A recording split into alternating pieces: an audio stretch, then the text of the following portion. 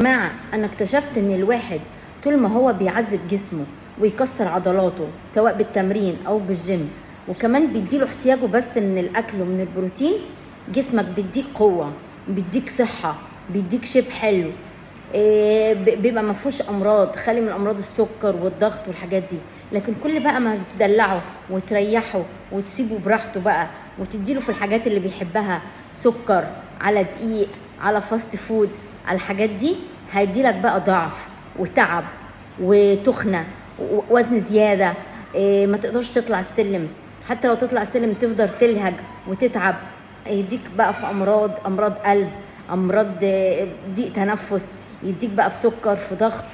فاحسن حاجة تعملها كسر عضلات جسمك يزداد قوة، دلعه تلاقيه ضعف وتعب.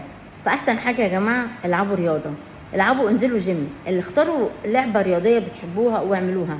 ما تقولوش ان احنا كبرنا ومش هنقدر. اهتموا ان انتوا تحببوا ولادكم من هم صغيرين في الرياضة. بس كده، باي باي.